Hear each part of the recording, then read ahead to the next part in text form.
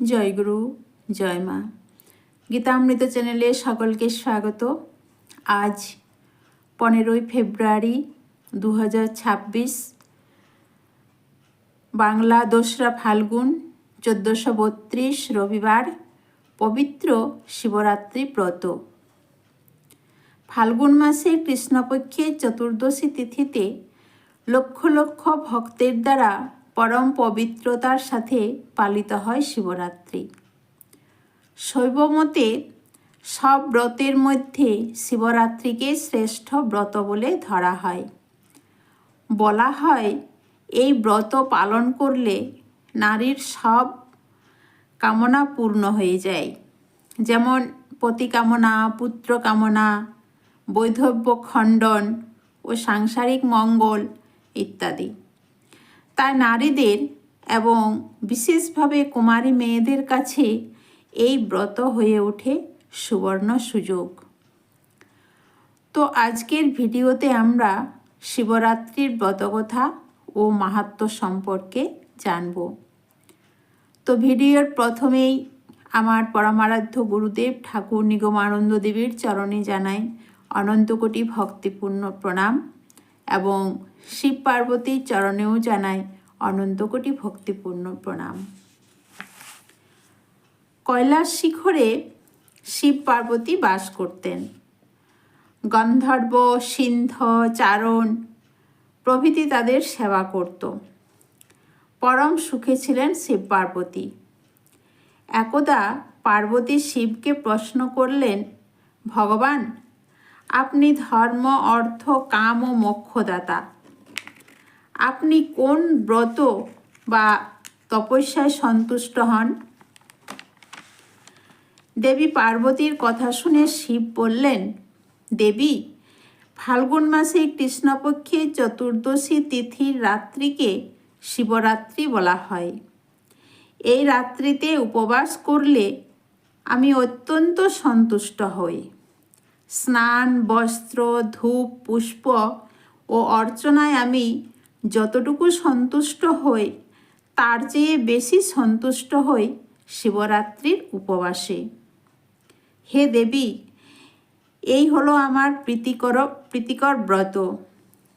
এই ব্রত করলে তপস্যা ও যজ্ঞের পুণ্য লাভ হয় এবং শৌলকলায় দক্ষতা জন্মে। এই ব্রতের প্রভাবে সিদ্ধিলাভ হয় এবং অভিলাষী ব্যক্তি সপ্তদ্বীপা পৃথিবীর অধীশ্বর হয়। শিব পার্বতীকে আরও বলেন, এবার শিব চতুর্দশী তিথির মাহাত্ম্য বলছি, শোনো।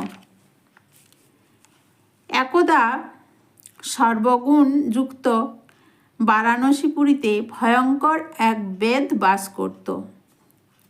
বেঁটে খাটো ছিল তার চেহারা, আর তার গায়ের রং ছিল কালো।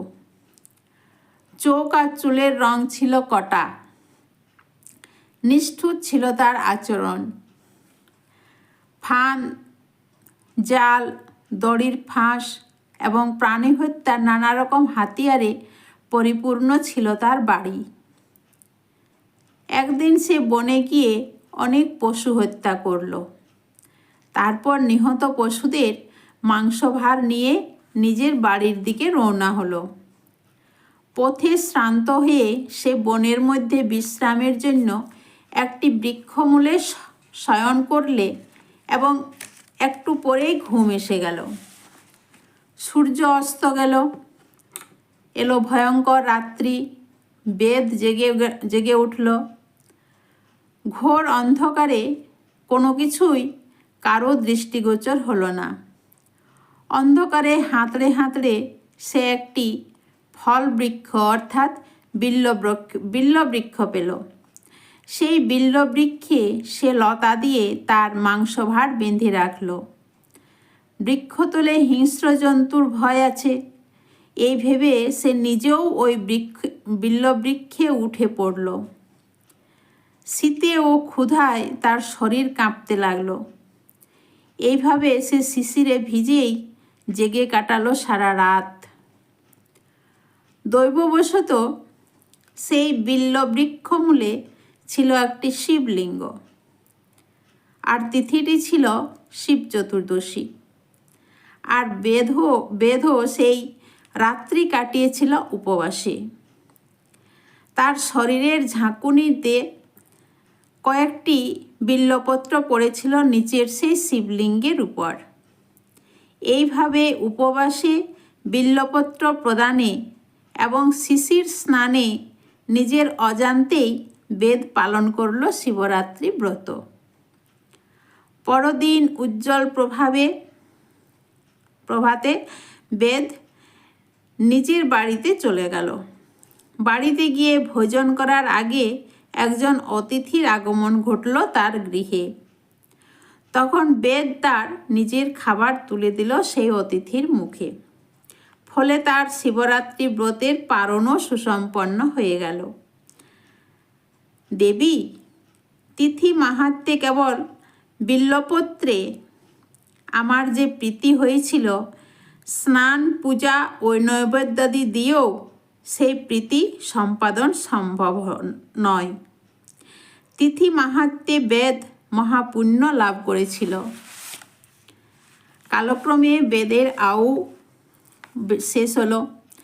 যমদূত আর তার আত্মাকে নিতে এসে তাকে যথারীতি যমপাশে বেঁধে ফেলতে উদ্যত হলো।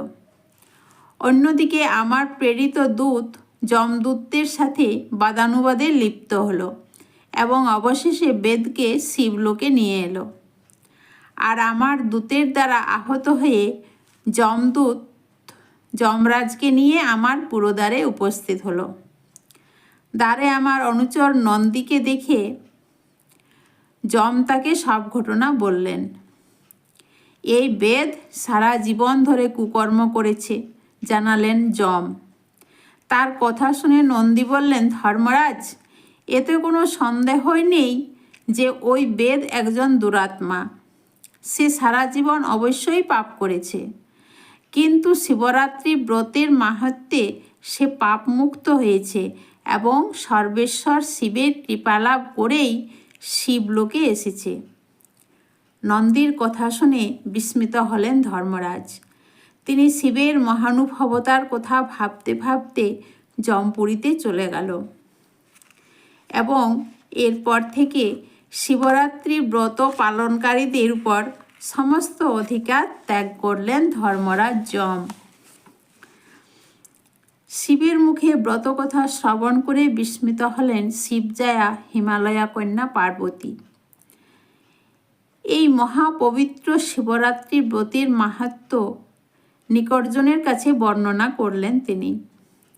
তারা আবার তা ভক্তি ভরে জানালেন পৃথিবীর বিভিন্ন রাজাকে। এইভাবে শিবরাত্রি ব্রত পৃথিবীতে প্রচলিত হলো। শিবরাত্রির দিনের এই ব্রত শুধু অবিবাহিত মেয়েরাই নয়, বিবাহিত মেয়েরা এমনকি ছেলেরাও এই ব্রত করতে পারেন। শুধু মহাদেবের মতো স্বামী চেয়ে বরেই নয়, সাফল্য ও সমৃদ্ধি চেয়েও এই ব্রত করা যায়। শিবরাত্রির ব্রত করলে অশুভ শক্তি থেকে মুক্তি পাওয়া যায়। রজগুণ এবং তমগুণগুলির সংযম শক্তি বাড়ে। এছাড়াও এই ব্রতের ব্রতকথা শ্রবণ করলে মহাপুণ্য লাভ করেন শ্রোতারা। তাই চলুন সকলে ভক্তি ভরে নিষ্ঠা সহকারে শিবরাত্রি ব্রত পালন করি এবং মহাদেবের কৃপা লাভ করি। তো তার চরণে প্রণাম জানিয়ে এবং সকলকে শিবরাত্রির শুভেচ্ছা জানিয়ে আজকের ভিডিও এখানে শেষ করছি। সকলে ভালো থাকবেন, সুস্থ থাকবেন, আনন্দে থাকবেন। জয় গুরু, জয় গুরু, জয় মা।